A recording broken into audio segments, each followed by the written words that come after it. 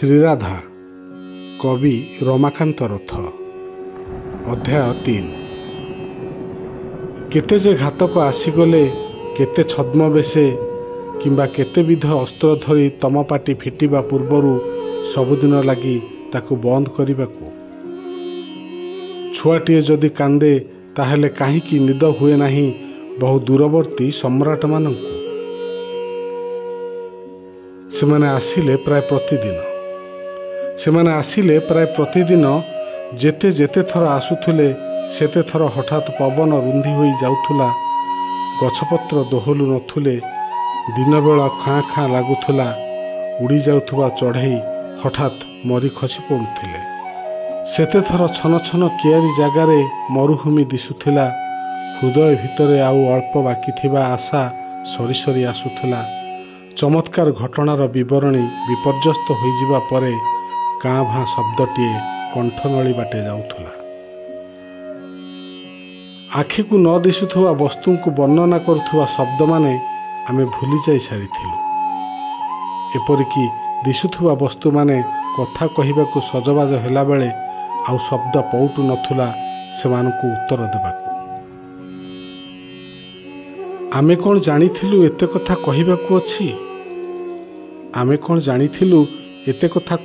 ଅଛି?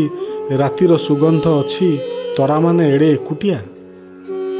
ଆମେ କ'ଣ ଜାଣିଥିଲୁ ମୟୂର ମନରେ ଏତେ ଦୁଃଖ ଅଛି ବୋଲି, ରାସକ୍ରୀଡ଼ା ପାଇଁ ଏତେ ଜାଗା ଅଛି ବୋଲି ନଈକୂଳେ ଓ ନିଜ ଭିତରେ?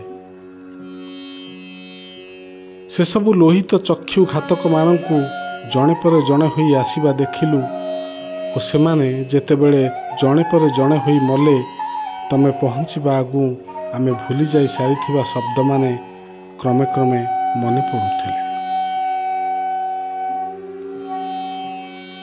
ଅଧ୍ୟାୟ 4। ତମ ନାଁ ସବୁବେଳେ ସେମାନଙ୍କ ତୁଣ୍ଡରେ। ତମେ ତ ରକ୍ଷା କଲ ସେମାନଙ୍କ ନଗରକୁ, ଯେତେବେଳେ ଚିହ୍ନବର୍ଣ୍ଣ ତାର ଭାସି ଚାଲି ଯାଇଥାନ୍ତା ବର୍ଷାରେ ନଈକୁ, ଆଉ ସେ ନଈରୁ ଅନ୍ୟ ଏକ ନଈକୁ, ତାପରେ ସମୁଦ୍ରକୁ।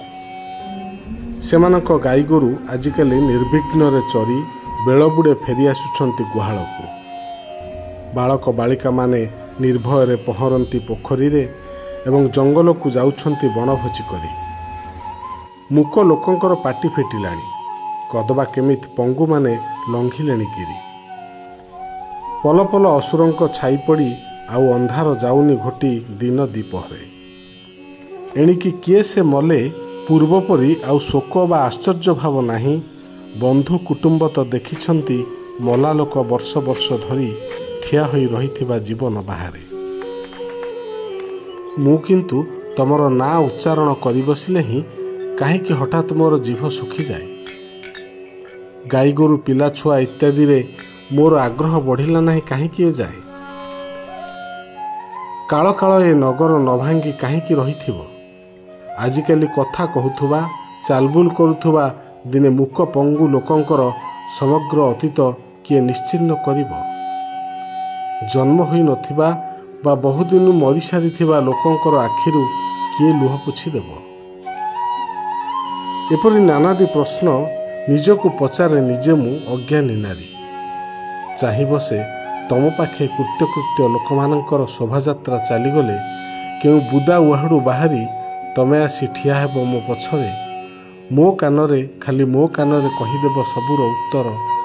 ଏପରି ଅଚିନ୍ତନୀୟ ଯୁଗ ଯୁଗ ବ୍ୟାପୀ ଶବ୍ଦଟିଏ, ଯାହା ଶୁଣୁ ଶୁଣୁ ବେଳ ଗଡ଼ିଯିବ ସବୁ ସଂଶୟର, ପୁଣି ଏକ ପ୍ରଶ୍ନ ପାଇଁ ବାକ୍ୟ ଗଠନର।